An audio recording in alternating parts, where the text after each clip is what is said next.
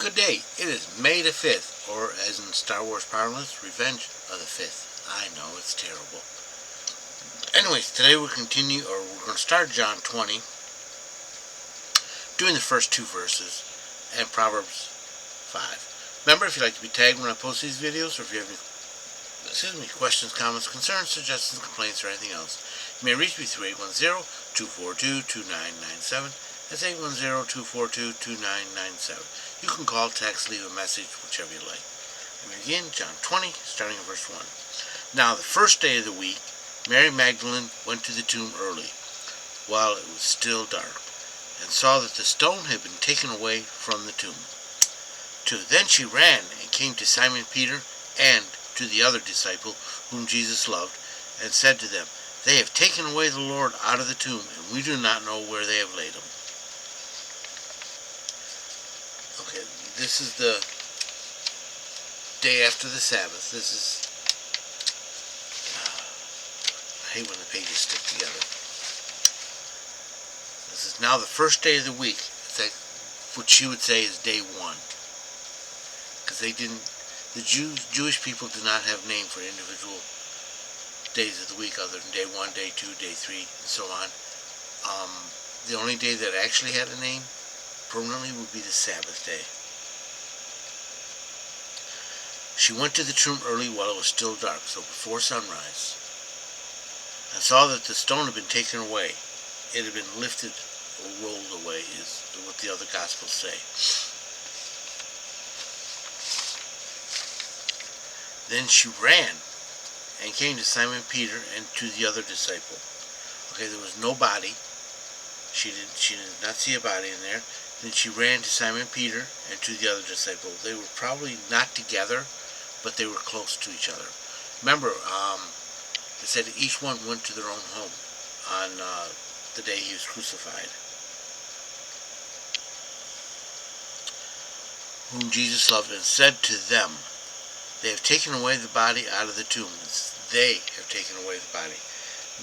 She's not specifying whether she's talking about friends or enemies, because right now it could have been either. Friends to attempt to hide the body, and enemies for desecration purposes.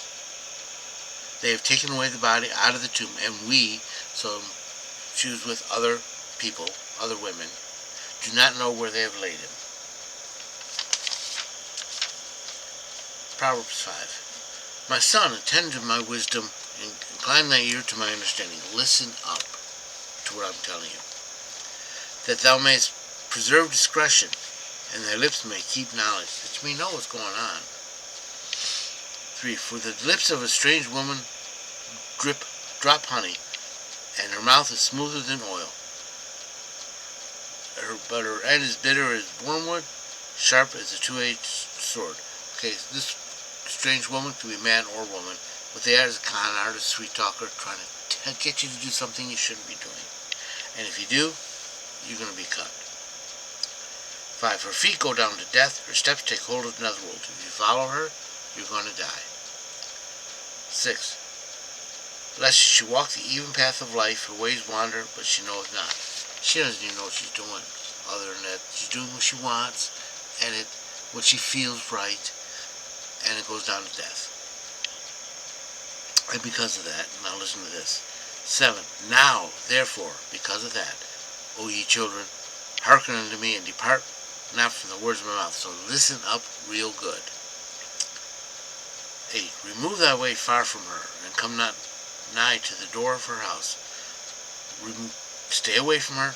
Don't go near her where she's living, lest thou give thy vigor to others, unto others, and thy years unto the cruel. You'll be working for someone else.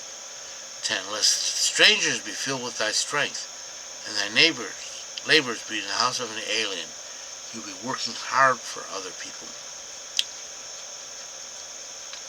11. And when thou moan, and when thine end cometh, and when thy flesh and thy body are consumed, they'll work you to death. 12. And say, how I have hated instruction, and my heart despised reproof. I wouldn't listen to people. I hated listening when they tried to tell me what to do. 13. Neither have I hearkened to the voice of my teachers, nor incline my ear unto them that instructed me. I did not listen. I did not listen at all. 14. I was well nigh all evil in the midst of the congregation assembly. I was the evil person there. They tried to help me, and I refused. 15. Drink waters out of thy own cistern, and running waters out of thy own well. Stay home.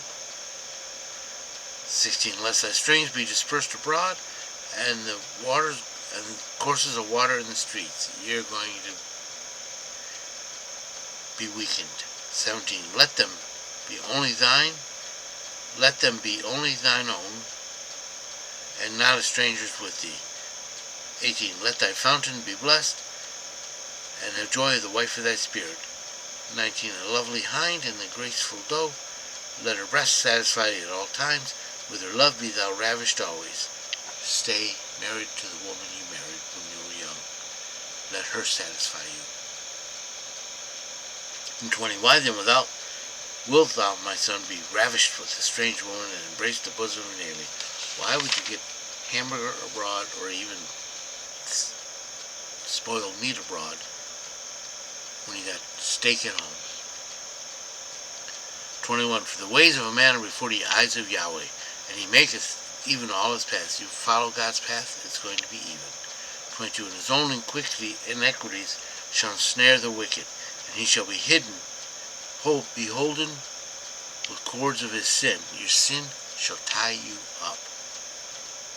23. He shall die for lack of instruction, and greatness of his folly he shall realize. You will be, when you realize what's happening, you'll be stunned and reeling like you were drunk. I hope you've been blessed by this reading. May the Lord richly bless you. Remember, if you'd like to be tagged when I post new videos, or if you have any questions, comments, concerns, suggestions, complaints, or anything else, you may reach me through 810-242-2997. That's 810-242-2997. You can call, text, leave a message, whichever you like. Remember, Jesus loves you, and so do I.